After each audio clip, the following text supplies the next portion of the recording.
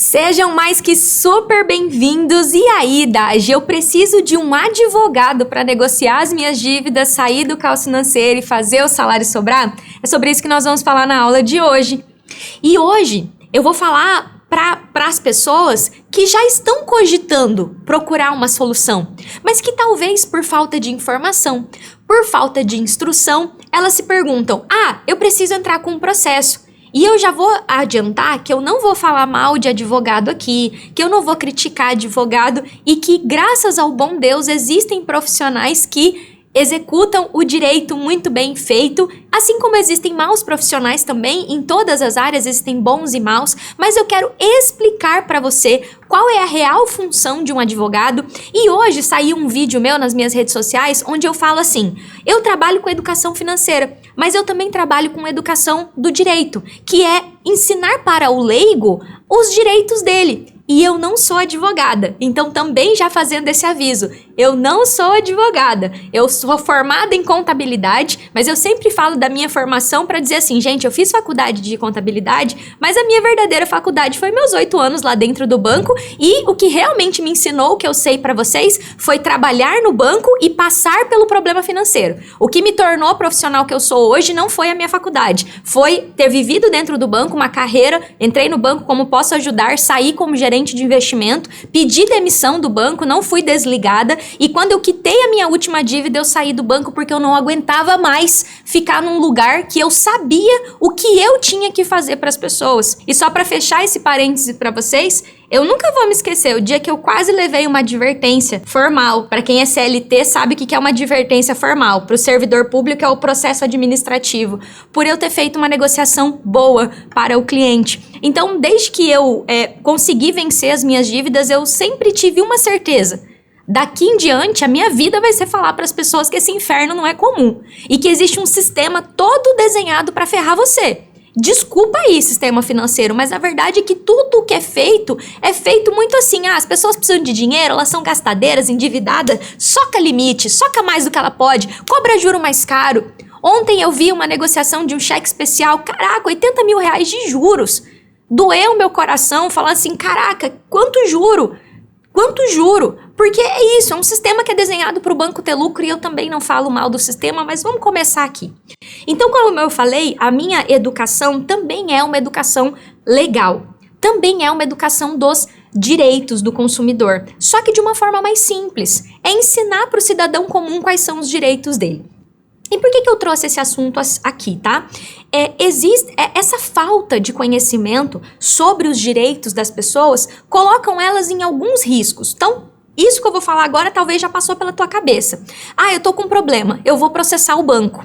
Eu tô com um problema, eu vi na internet um vídeo de alguém dizendo que eu tenho que entrar com uma ação de superendividamento. Eu vi uma empresa que faz uma revisional do carro. Eu pago pra eles, eles não pagam meu carro, e aí eu deixo meu carro escondido pro banco não apreender e eu vou fazer revisional de juros. Existe uma empresa agora que promete reduzir os juros do financiamento imobiliário. E aí, por falta de conhecimento, as pessoas acabam entrando nesse tipo de situação ou querendo entrar nesse tipo de situação e tendo alguns problemas.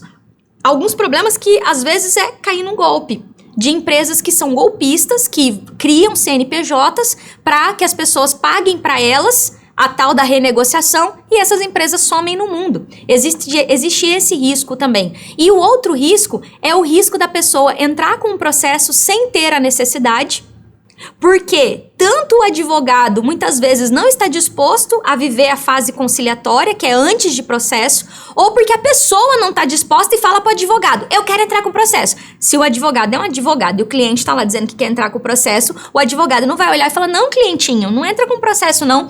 Poucos são os profissionais que fazem isso e falam: não vamos entrar, porque o processo pode ser que funciona, vamos colocar aqui, funciona, como funciona, mas essa pessoa acaba passando anos esperando uma decisão judicial. E às vezes a decisão judicial chega e não é boa. Porque a justiça, quando a gente fala no quesito dívida, existem algumas coisas que já são muito bem claras e muito bem explicadas, mas existem outras que não. E é sobre isso que eu vou falar aqui hoje. Então, qual que é a oportunidade? O que você vai levar daqui hoje? Hoje você vai entender quais são as situações que cabe justiça. E também quais são as situações em que você precisa usar a justiça até mesmo para se defender. Dito tudo isso, a gente vai entender o seguinte, eu preciso começar essa parada com você explicando o que parece ser óbvio, mas que muitas vezes não é óbvio. No nosso país existe a lei, então a gente tem a lei, que aí a gente tem a Constituição e os códigos, né? O Código Civil, o Código Penal. E a gente tem o Código de Defesa do Consumidor e várias coisas são estabelecidas por essas leis. Dentro do sistema financeiro, a gente tem vou colocar assim, paralelo ao sistema financeiro, o Sistema Nacional de Proteção e Defesa do Consumidor. Até bonito, né? Sistema Nacional de Defesa e Proteção do Consumidor. E, de fato, esse sistema existe. Então, existem diversos mecanismos, tanto no Sistema Nacional de Defesa do Consumidor, quanto no próprio sistema financeiro, que já foram criados para proteger o consumidor. Só que isso foi criado, só que quem é o interessado disso, quem é? O consumidor. Não sabe. Então, quando eu venho aqui para a internet e falo assim, turma, o Banco Central é responsável por disciplinar é estabelecer algumas regras e fiscalizar se os bancos estão cumprindo com tais regras.Essa é uma das funções do Banco Central, uma das, tá? Então, o Banco Central existe para várias coisas. Uma dessas funções é disciplinar e fiscalizar a atuação dos bancos. E dentro dessa disciplina, né, que é essas regras que são criadas, existem mais de 5.000 regras que protegem o consumidor, que disciplinam como o sistema funciona. E aí eu chego assim, você sabia que desde 2009, desde 2010, existe a resolução número 3.919 que garante a todo brasileiro não pagar tarifa de pacote para banco? E em geral as respostas nossa, sério? Não tô falando de conta digital, de conta sem gerente. Não, eu estou falando de uma obrigatoriedade que todo banco tem de fornecer uma conta corrente com cartão de crédito, com cartão de débito, 10 folhas de cheque, X transferências, sem cobrar nenhum real. Isso existe desde 2010! Existe desde 2010. E nós estamos em 2024, 14 anos depois as pessoas não sabem. Então, o que precisa primeiro entrar aqui na nossa conversa? Existem já uma série só de resoluções são mais de 5.000. Instruções normativas são mais de 10.000. O Código de Defesa do Consumidor é imenso, mas todo esse conhecimento parece que está tão limitado para uma parcela tão pequena da população, normalmente os estudiosos, advogados e profissionais da área. E o que eu procuro fazer aqui, e é o que eu vou fazer agora, é como eu tenho esse conhecimento e dentro desses milhares de regras, o que eu faço? Eu pesco lá dentro qual é a regra que eu preciso para ensinar uma coisa aqui para vocês. A minha metodologia é toda pautada nessas regras do sistema financeiro, regras do Sistema Nacional de Defesa do Consumidor. Só que nosso papo aqui não é sobre advogado? Nosso papo é sobre advogado. Então vamos lá. Nós temos mais de 70 milhões de brasileiros endividados. E a gente tem aqui a ciência de que existem milhões de brasileiros que usam esse sistema financeiro todos os dias. E por existirem essas leis, essas próprias leis permitem que o banco e você estabeleçam algo entre vocês. E o nome disso é contrato. Então, quando você faz qualquer transação no banco, seja a abertura de um crédito, abertura de uma conta, contratação de um cartão de crédito, contratação de um seguro de vida, qualquer transação entre você e o banco é chamado de transação entre duas pessoas, sendo uma pessoa jurídica e uma pessoa física, e o documento que faz essa relação entre vocês se chama contrato. Às vezes se chama termo de adesão, às vezes se chama proposta de adesão, mas o nome é um contrato. E esse contrato, a gente costuma usar um termo que é bem comum no mundo das leis, que é faz lei entre vocês. Então, os contratos é um combinado com valor feito entre vocês. E muitas vezes esses contratos são assinados sem que a pessoa faça a devida leitura, ou se faz a leitura, tenha o real entendimento daquele contrato. E além disso, esses contratos podem conter as famosas cláusulas abusivas, que são cláusulas que colocam a pessoa numa desvantagem muito grande. A gente chama de desvantagem exagerada. São aquelas cláusulas onde está dizendo lá assim, o cliente, ao aceitar isso, se compromete a nunca questionar essa negociação. essa cláusula é um pouco abusiva, né? Então, a pessoa vai assinar aquele contrato e morreu, ela não pode mais fazer nada. Do tipo assim, eu renegociei, eu não posso renegociar de novo? Pode, mas lá no contrato vai estar escrito que, nossa, você não pode. Porque é uma cláusula questionável, não é uma cláusula abusiva, mas é uma cláusula questionável. E existem também as cláusulas e condições abusivas, que colocam uma das partes em uma condição muito desfavorável. O que é considerado, por exemplo, uma taxa abusiva? Que coloca o consumidor numa condição de muita desvantagem.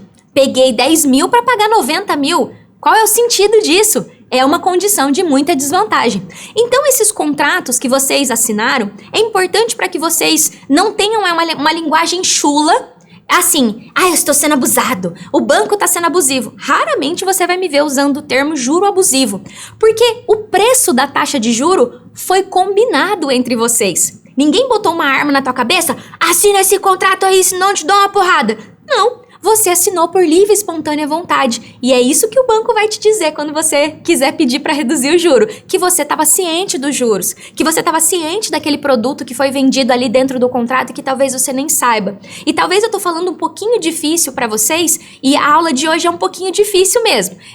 Vou buscar aqui trazer uma linguagem mais simples, mas é um pouquinho difícil mesmo entender dos direitos. Mas eu vou explicar de uma forma bem tranquila para vocês conseguirem entender. Então eu expliquei que existem direitos que você tem, que talvez você não os conhece, e um dos meus papéis é explicá-los para vocês. E a segunda coisa que eu expliquei para você é que esses direitos, além desses direitos, você fez um combinadinho com o banco através de um instrumento assinado, que é um contrato. E em outras aulas eu já trouxe para vocês que existe uma resolução do Banco Central, que é a 5.004, onde o banco tem a obrigação de entregar de pronto para você a cópia desses contratos assinados, porque muito provavelmente você assinou pelo aplicativo, você assinou por voz e talvez você não tenha guardado esse documento até por desorganização sua mesmo. E é importante que agora que você tomou conhecimento e tomou essa decisão de fazer diferente e arrumar a tua vida, você tenha esses contratos para que você saiba o que foi que você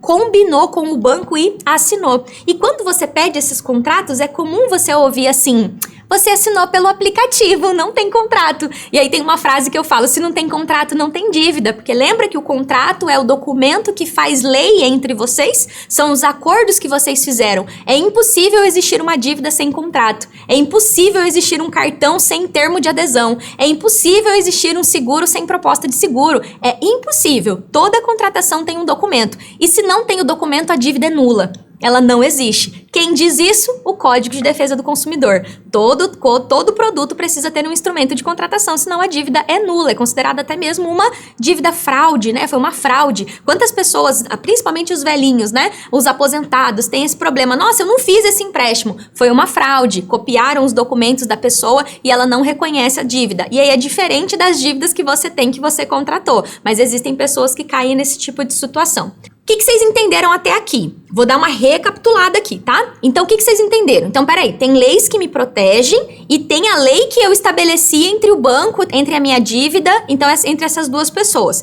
E se você tem dívida com pessoas, com agiota, dívida com pessoa e agiota é coisa entre vocês, tá? Então, aí não tem essas leis aqui que protegem. Então, agiotagem é crime, cadeia, né? Então, nem pode existir agiota se a gente for pensar. Então, não tem nenhuma lei que vai te proteger se você estiver devendo para agiota e estiver devendo para seu parente. Então, eu tô falando especificadamente das dívidas que são com bancos, financeiras, lojas, coisas que estão dentro da esfera do direito e que são permitidas, vamos assim dizer. Com isso, claro, a gente vai para um outro estágio, porque a minha aula aqui é para responder para você se precisa de advogado. E a resposta é que não precisa de advogado. Vou construir isso junto com você. Imagina que no Brasil, todas as vezes que alguém tivesse um problema numa relação de consumo, ou seja, eu acabei de instalar uma parede de gesso aqui. Aí a parede foi colocada no lugar errado. E aí eu falei, vamos trocar. Imagina que ele falasse assim: eu não vou trocar essa parede de lugar. Você não estava aqui na hora de colocar, então ela vai ficar aí. Problema na relação de consumo. Imagina se toda vez que eu tivesse um problema na relação de consumo, eu fosse lá na justiça, lá nas pequenas causas. Juiz! O Cláudio botou a parede no lugar errado. Imagina como é que seria a nossa justiça. E, infelizmente, num determinado momento, com a popularização dos direitos do consumidor, aconteceu esse movimento. Qualquer coisa era motivo para entrar na justiça. A energia entrou mais alta, entra na justiça. Alguém fez tal coisa, entra na justiça. Tudo entra na justiça. É só... Eu tô trazendo lógica aqui pra você. É só você pensar. O que vai acontecer se todos os endividados entrarem na justiça? E a justiça brasileira, ela tá ciente que o pessoal faz uso da justiça, às vezes errado. Às vezes de má fé. Às vezes com intenção errada. Então a justiça, ela tem todos os mecanismos para evitar que os brasileiros, a qualquer barulhinho que aconteça na vida, vá entrar na justiça. E talvez você já tenha escutado algo assim, mas existem processos que os juízes, eles recusam com a seguinte frase: isso é um mero dissabor. Cara, é um mero desentendimento da vida comum. Isso aqui não é coisa para eu, juiz, resolver. Que tenho coisas tão sérias para resolver. Então, quando eu crio uma espécie de abismo mesmo, para vocês entenderem que é ilógico, é quase que irracional, qualquer coisa eu pensar que eu preciso entrar na justiça, que eu preciso de um advogado. É ilógico, eu não tô nem aqui falando do que eu acho, da minha opinião. É só você pensar com a tua cabeça. Faz sentido 70 milhões de pessoas entrando na justiça? Vai dar certo? Tem juiz? Tem funcionário de vara suficiente para isso? É impossível. E tanto que um dos trabalhos das assessoras as assessoras de vara é recusar processo. Não, esse processo aqui não é aqui, esse processo é para lá. Isso aqui não é processo, o juiz declina o processo. Por quê? Porque não é lógico. Agora, tá, Daj, então você tá me dizendo que não. Então por onde que eu vou?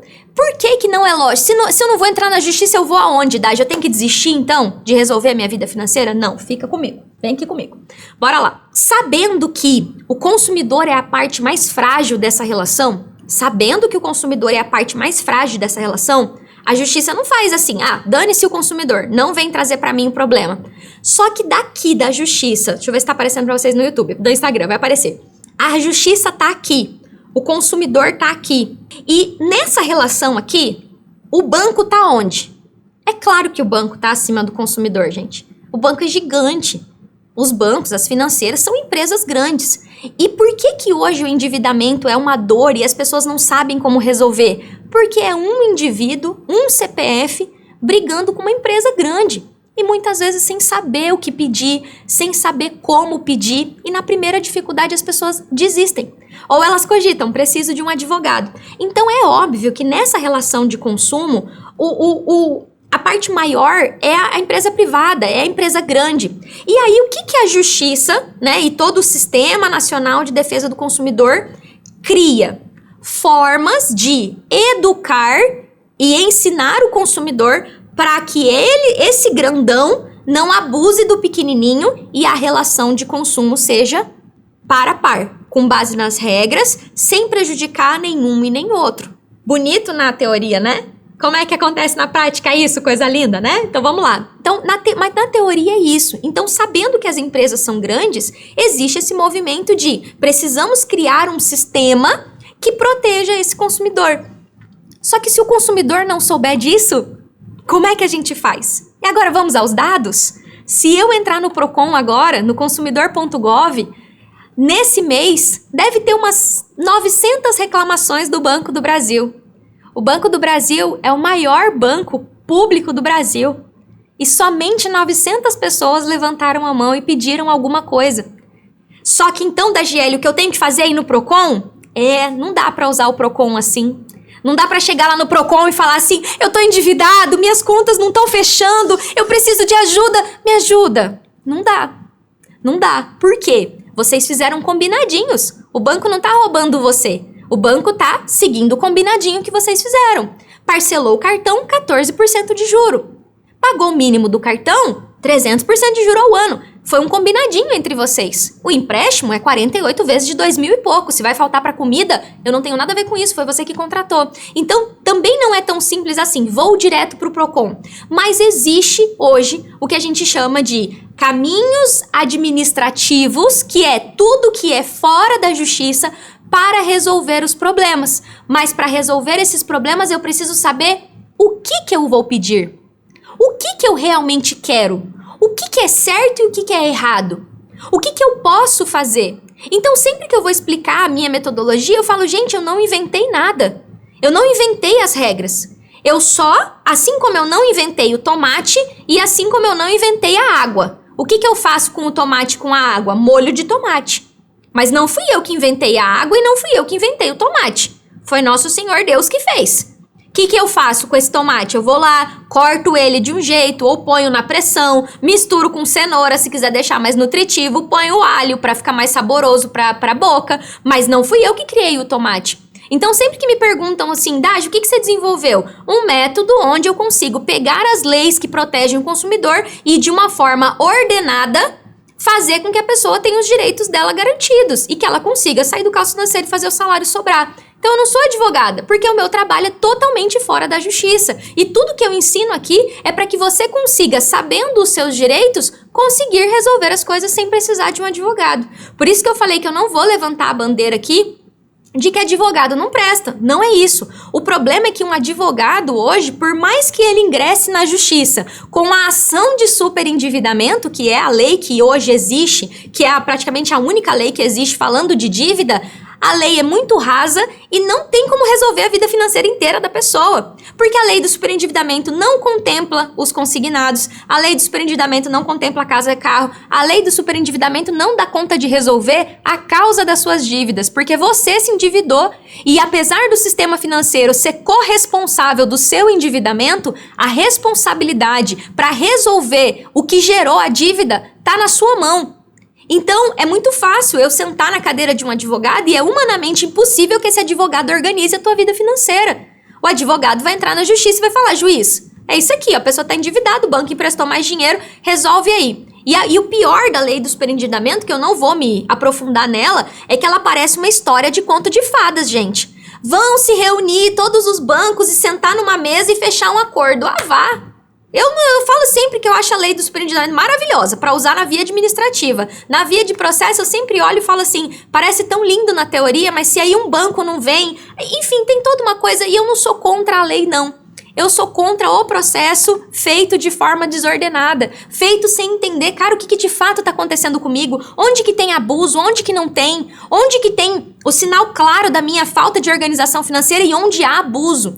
Então, pra gente voltar aqui de onde eu estava saindo, que é esse caminho antes da justiça e tudo que vem antes da justiça, todas as coisas que aconteceram com você e estão acontecendo hoje, existem coisas que estão certas e existem coisas que estão erradas. E aí eu vou começar a dar um exemplo para você desses 3 pilares. Clareza, preparação e negociação, que são os 3 pilares da minha metodologia.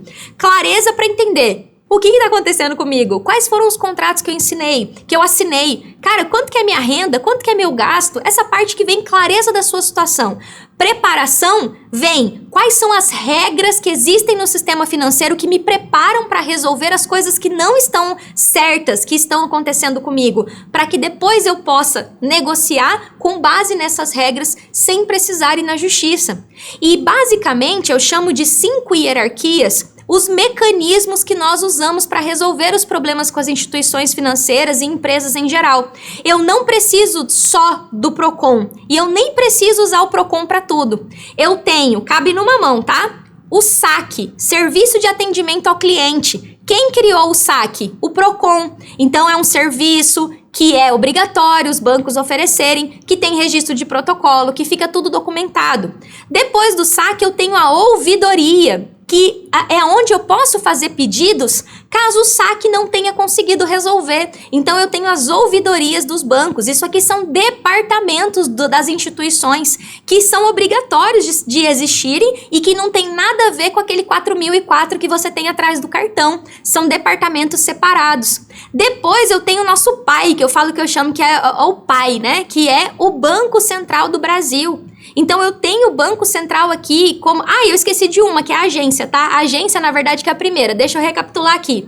A agência é a primeira, que é você ir ao banco e pedir uma coisa numa boa. Tanto que eu ensino aqui, ó. Não precisa fazer reclamação para pegar o contrato. Vai na agência.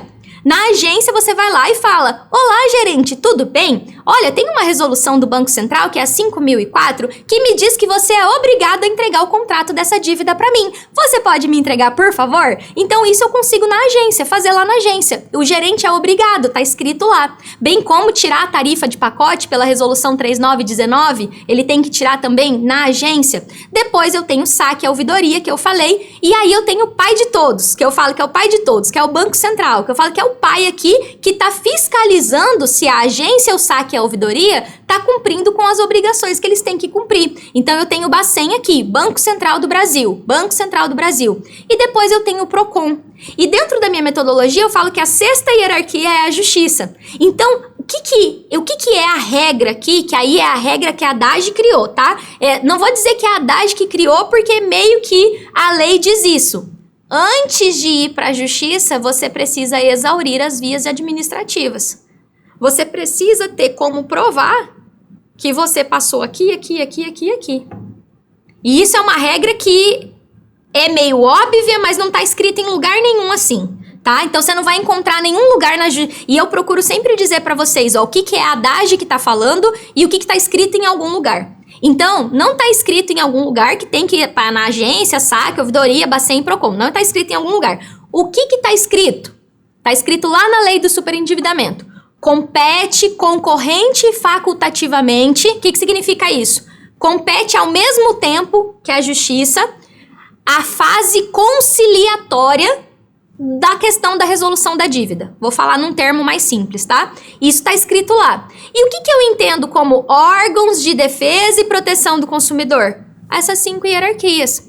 Só que se eu pedir para o gerente negociar o meu cartão, nem sempre funciona. Em geral, eu vou ter que envolver aqui o Banco Central. É só ir lá e falar: Banco Central, negocia meu cartão, por favor, porque o gerente disse que não negocia. Não.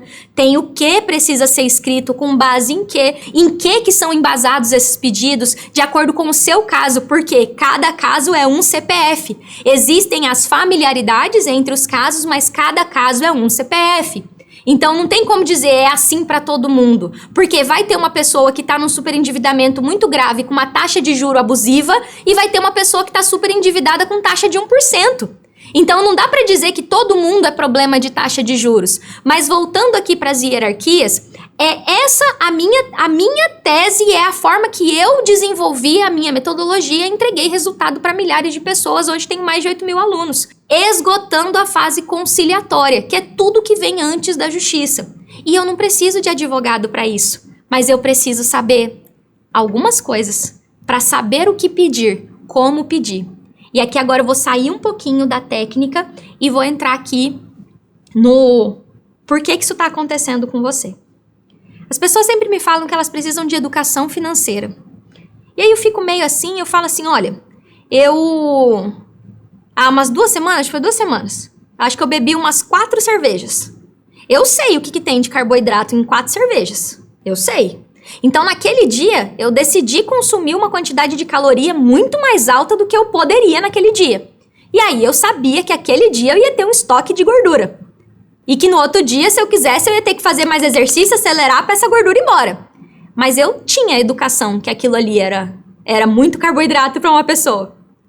Eu tenho essa consciência. Então, eu não preciso de educação alimentar. Eu estou escolhendo. Agora, quando a gente fala de direito, já teve um momento que eu não sabia que cerveja era tanta caloria assim. Já teve um momento, mas hoje eu sei. Só que você também já teve um momento que você sabia que o juro era caro e você contratou mesmo assim. Você também já teve um momento que você sabia que não precisava contratar aquele produto do banco, mas você contratou porque o gerente falou que só liberava o crédito se você contratava. Então existe sim a necessidade de educação financeira, mas existe mais a necessidade de você tomar decisão se você realmente quer cuidar da tua vida financeira. Vai lá deixar que alguém resolva a tua vida? Vai lá achar que o advogado vai parar os trocentos processos que ele tem para ensinar você a ler contrato, a nunca mais assinar um contrato sem ler, a nunca mais ter atitudes que eu chamo de atitudes infantis e imaturas com o seu dinheiro. Então, quando eu decido ser uma educadora, quando eu decido educar as pessoas, é dizer assim, meu amor, se você quiser agora, inclusive, tá? Eu te cobro 30 mil reais. Manda um Pix pra mim, eu cuido da tua vida financeira. É meu preço. tá? É meu preço, 30 mil reais. Eu cuido pra você. Mas eu não acredito nisso. Esse produto não tá à venda, inclusive. Você não consegue me contratar pra fazer uma consultoria particular com você, porque eu não acredito nisso. A pessoa que entrou na dívida porque não sabia o que estava fazendo, porque estava agindo no desespero, porque estava agindo na pressão psicológica que um gerente ou alguém de um sistema financeiro fez em cima dela, estava agindo de forma compulsiva e irresponsável, essa pessoa precisa aprender. E aí foi aí que eu decidi falar, o meu negócio é ensinar as pessoas a fazerem. E a pessoa que não está disposta a pagar o preço para sair das dívidas na boa, você não vai ter sucesso nessa área da tua vida. Não tem como ter sucesso sem esforço. Não tem como você viver até o último dia da tua vida sem entender das suas finanças. Sem entender de quais são os seus direitos. Não tem como. Hoje, eu tava conversando com a Mari, que trabalha comigo, inclusive foi minha aluna. Ela falou, Dagi, por eu conhecer os direitos, eu consigo bater lá no plano de saúde e exigir que o meu avô tenha tal tratamento. Porque eu conheço os meus direitos e ninguém aqui sabia que isso era um direito. Quantas pessoas não morrem sem dignidade nos hospitais por aí porque ninguém sabe dos direitos do consumidor na relação com o plano de saúde?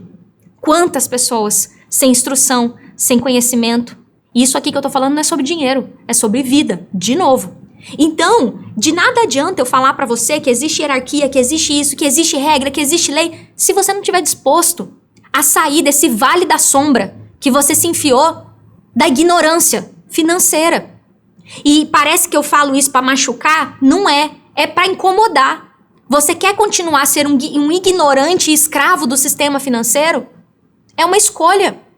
Porque decidir não ser mais um escravo do sistema financeiro, decidir não mais ser ignorante e permitir ser abusado pelo sistema é uma decisão.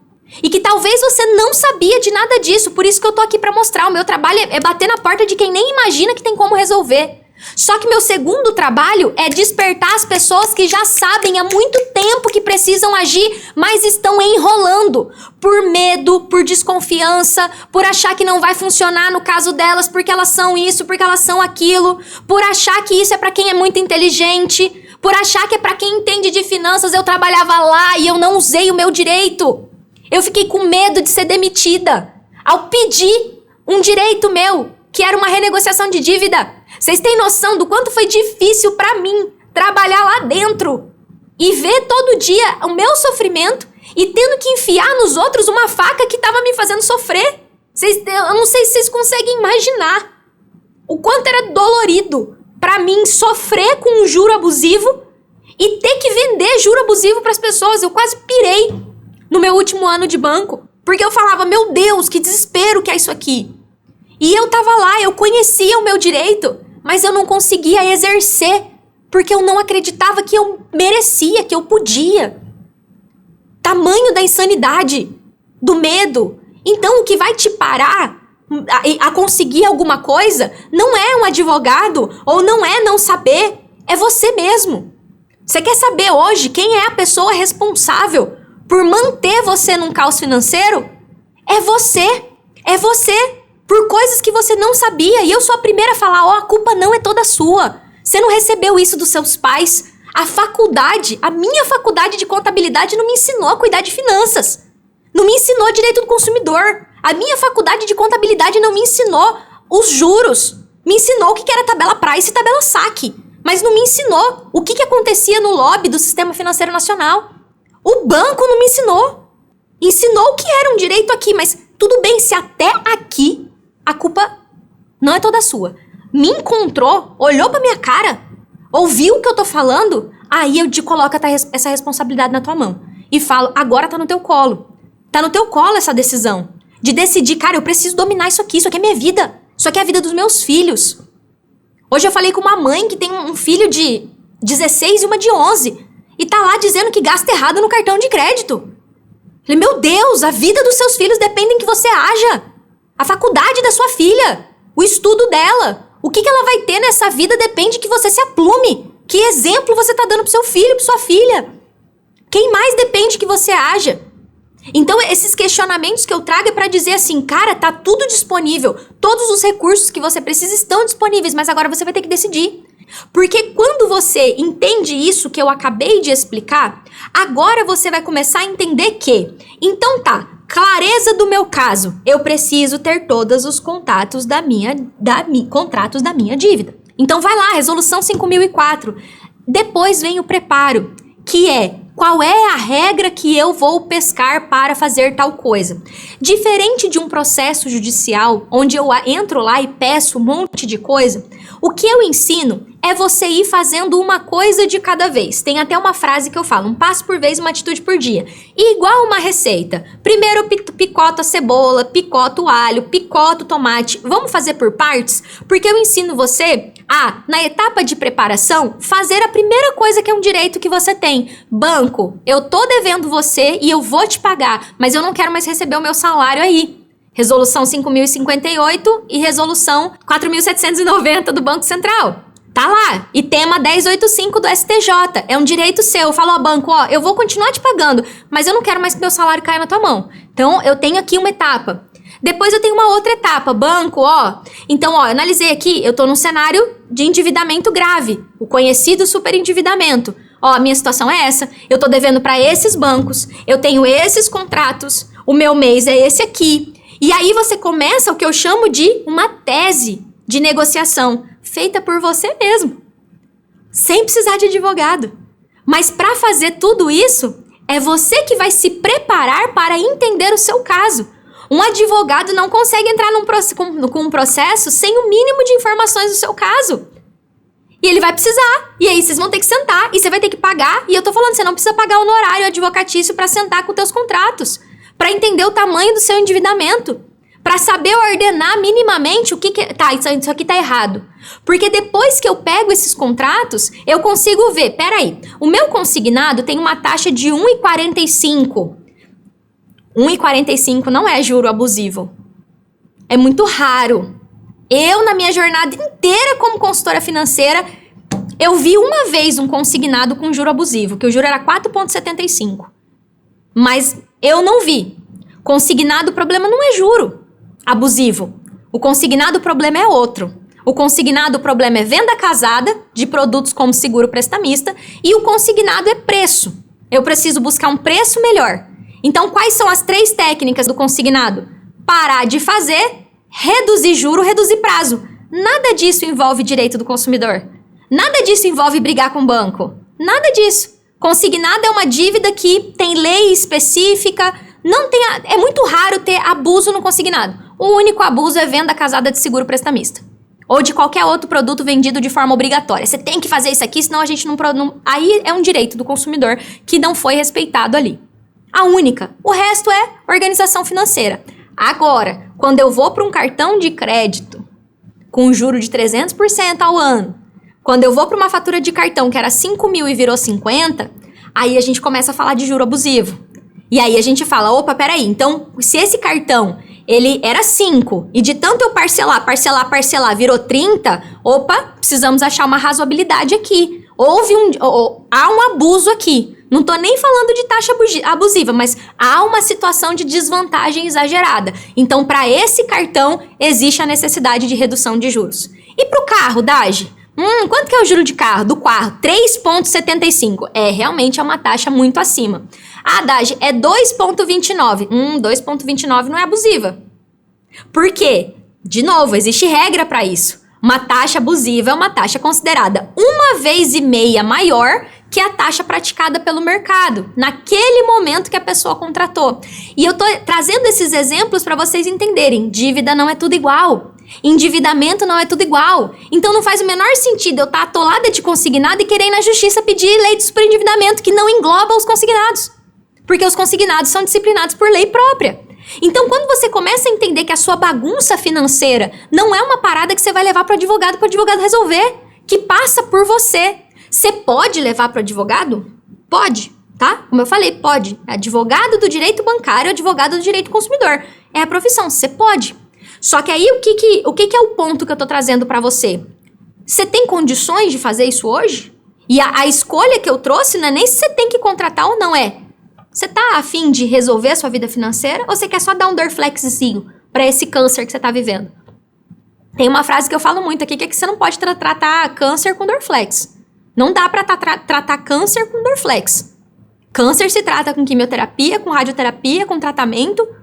Você vai continuar dando pílulazinha de Dorflex, entrando com um processo e ficando esperando pra ver o que talvez o juiz vai dizer. E eu não vou aqui me arriscar a falar mal de juiz. Mas a gente ainda tem isso, tá? A cabeça do juiz. Tem juiz que é muito pró-consumidor e tem juiz que fala, cara, na boa, você se endividou, paga. E isso aí eu nem vou criticar o sistema judiciário, que eu não quero arrumar problema na minha cabeça. Mas acontece. E recentemente teve uma decisão de um juiz que foi gravada e o juiz falava abertamente, sem problema nenhum. O endividado vai lá, compra iPhone, viaja, e agora quer responsabilizar o banco. O juiz tá errado? Não me cabe julgar. Mas ele tava ali falando assim, você fez um monte de coisa errada, agora eu que tenho que resolver a situação. Tirar todo o juro e resolver pra você. Por quê? Porque tem isso também. Tem a galera que não tá disposta a mudar de vida. E aí quer bater lá no juizado e falar, resolve aí. Então, quando a gente começa a entender essas nuances da vida financeira, eu começo a entender que, cara, se eu posso não me expor a um processo judicial, para que eu vou me expor? Se eu posso organizar a minha vida financeira e fazer as minhas negociações usando essas 5 esferas. Absolutamente todos os alunos que você vai ver dando depoimento aqui no meu YouTube, no meu Instagram, nenhum deles contrataram advogados. Todos eles negociaram as dívidas deles, usando a metodologia que eu tô apresentando para vocês. Fazendo de forma escrita, seguindo um passo a passo e chegando na negociação. Existe sim essas 5 hierarquias, só que às vezes eu posso ter um direito meu que eu percorri as 5 hierarquias, ou seja, eu passei pelas 5 hierarquias para cancelar um seguro prestamista, por exemplo. Passei pelas 5 hierarquias, eu tenho a prova de que eu pedi nas 5 e eu não fui atendido. Aqui cabe um processo judicial. Por quê? Você tem uma negativa e é um direito do consumidor cancelar esse seguro. É direito do consumidor cancelar um produto que ele não quer mais, por exemplo, tá? Agora eu quero que você tome bastante cuidado, porque eu não gosto de generalização. Eu não gosto de falar assim, é assim pra todo mundo. Existem contratos que têm algumas características específicas, então tô só dando um exemplo, não pega isso como lei não, tá? O que eu quero te dizer é que, se eu passei pelas 5 hierarquias e um direito meu não foi atendido, cabe justiça. Outro exemplo, a resolução 3919, cancelar uma tarifa. Se você passar pelas 5 hierarquias e continuarem te cobrando tarifa, cabe processo. Qual é o outro momento que um advogado é indispensável? Quando você decide, por livre e espontânea vontade, parar de pagar suas dívidas e esperar que o banco entre em contato com você, você pode ser executado judicialmente. É quando chega um oficial de justiça na sua casa. Senhora Maria, o Banco Bradesco executou a senhora, assina aqui a intimação. E aí, em 15 dias, ou você paga, ou você entra com embargo à execução. Esse momento precisa de um advogado. Então, é o momento que eu preciso de um advogado. Ou seja, tem gente que tá aí deitado em berço esplêndido, esperando o banco entrar em contato, e pode, na verdade, quem entra em contato com você é o oficial de justiça. E sabendo disso, os bancos usam muito de ameaçar vocês de um processo para fazer você aceitar uma negociação ruim. Aí, como você não sabe conduzir uma negociação, porque você até aqui não sabia, você acaba aceitando com medo do processo. Então, é claro que existem situações, sim, que a atuação de um advogado é mais do que super bem-vinda. Inclusive, eu hoje tenho uma advogada que eu respeito muito e que a gente troca muita conversa de não, isso aqui precisa, não, isso aqui não precisa. E essa advogada, eu admiro demais o trabalho dela. Por quê? E por que a gente trabalha com muita sinergia? Porque o trabalho dela é evitar um processo. Evitar ao máximo que tenha necessidade de entrar no processo. Ela trabalha na mesma linha de atuação que eu trabalho. Que é, vamos negociar na via administrativa e só se não tem jeito vai para o processo. E então todo o trabalho é feito voltado para a fase conciliatória, sem a necessidade de existir um advogado. E existem advogados que são muito bons e existem advogados que não são. E isso existe em todas as profissões, inclusive na minha, tá? E quando eu chego para vocês e falo assim, duvidem do que eu estou falando mesmo. Vai lá olhar na resolução e eu procuro trazer, olha essa regra, para que vocês comecem a entender. Existe uma coisa que talvez não esteja clara para vocês, que eu acho que é uma das minhas dores e dores com relação a isso, e eu não posso deixar de não dar a minha opinião aqui. Quando há cobrança de um juro abusivo, por exemplo, que eu dei para vocês, o cartão, o valor justo é 5 e o banco está cobrando 50. E aí ingressa-se com uma ação judicial, né? E aí fecha lá o acordo por 5 mil. O advogado, ele tem todo o direito de cobrar 20% em cima desse ganho financeiro que aconteceu. E, inclusive, eu poderia ter escolhido seguir por esse caminho, que é o caminho de tudo aquilo que você deixar de pagar de juros, eu quero 20% para mim. Isso é errado? Não é. Não é o trabalho dele. Ele tá certo de cobrar, inclusive. E eu acho que, inclusive, a pessoa que tem, muitas vezes, entre aspas, com todo respeito, preguiça de resolver a própria vida, tem que pagar mesmo. Só que, poxa, já era juro abusivo? Ainda vou ter que pagar 20% em cima? Então, quando eu decidi não trabalhar nesse modelo, foi uma decisão. Eu fico fazendo conta. Faz conta aí, Marcelo. Quantos bilhões de reais eu já teria se eu cobrasse 20% de todas as reduções de juros? A gente tem que fazer essa conta, né? A gente tem que fazer essa conta, porque é 200 mil de juros que deixou de pagar. Então, mas eu decidi que eu não queria ir por esse caminho de receber comissão pela redução de juro. Tá errado? Não. Mas é importante que você saiba que esse custo está envolvido. Então, se eu quisesse ficar aqui queimando, né, o que os advogados fazem, e eu não quero, os advogados são incríveis, eles precisam existir, é a profissão deles. O que eu quero te dizer é que não precisa ser assim. E que por trás dessa necessidade de você entender o que está acontecendo com você, clareza, se preparar para resolver o que você muitas vezes permitiu que acontecesse e que fosse feito com você, preparo, e negociar suas dívidas, é o que você vai passar para não precisar ir para a justiça e passar por todo o desgaste que tem. E eu poderia, turma, ficar aqui horas só discorrendo sobre precisar ou não de advogado. E hoje, o que eu vejo, né? O que eu quero que vocês saiam daqui tomado uma decisão. Onde é que eu vejo que as pessoas erram quando o assunto é preciso de um advogado ou não? E, de novo, para quem tá me conhecendo agora, eu sempre fico avisando que eu sou bem direta, assim, pra vocês não assustarem, né? A escolha é sua, mas o que eu realmente vejo é que as pessoas não fazem nenhum nem outro. A pessoa que tá me perguntando se precisa de advogado, ela nem procura o advogado e nem começa a resolver a vida financeira. Então hoje eu quero deixar aqui assim pra você. Que tal se hoje você começar abandonando essa posição morna? Tem um versículo da Bíblia que eu acho ele muito forte assim, porque és mornos, alguma coisa de, assim, se você é morno, vomitarei, alguma coisa, enfim, é um versículo bem, tem que achar esse versículo. Mas assim, não dá pra ser morno. Não dá pra ser morno. Você vai precisar escolher um caminho e seguir. E eu vejo que as pessoas erram porque não tem informação. Hoje eu entreguei pra você, existem 5 hierarquias que vêm antes da justiça. E o que eu quero recomendar que você faça hoje é uma decisão. É falar assim, opa, peraí. Então, pode ser que eu tenho, né? Pode ser que eu tenha, assim, uma situação X e uma situação Y, que seja abuso, que não seja permitido. Como é que eu vou saber isso? Clareza, preparação e negociação. Então, o caminho para resolver isso, e você agora vai ter a opção de escolher, cara, o que eu quero? Então, não é sobre precisar ou não precisar. Dentro do que eu ensino e dentro do que está escrito na própria lei, não precisa. A sua vida, a sua mudança, o seu caminho para sair do caos financeiro depende de que você haja. E essa parada não é só sobre a da GL. Eu sou uma mensageira de algo muito maior, de que a vida dentro das dívidas não é vida, é sobrevida. Ninguém que tem dívida está vivendo, a pessoa está sobrevivendo. E hoje eu falei nos meus stories, eu tenho certeza que você tem sonhos, objetivos, que você enfiou numa gaveta, sabe aquela gaveta de bagunça que você não mexe? Aquela gaveta cheia de fio que você tem, guarda lá uns trem que você acha que você vai usar um dia? Tá bem fundo. E cabe a você tomar a decisão de, eu errei, eu contratei coisas caras, eu não devia ter assinado aqueles contratos, mas eu decido fazer diferente a partir de agora. Muito obrigada pela presença de vocês. Pega o link para compartilhar aqui e pega um pouco desse porquê que eu trouxe aqui para vocês, para compartilhar isso com mais pessoas. Muito obrigada pela presença de vocês. Espero verdadeiramente que essa aula tenha ajudado. Compartilha com mais pessoas e eu vejo vocês amanhã. Tchau, tchau.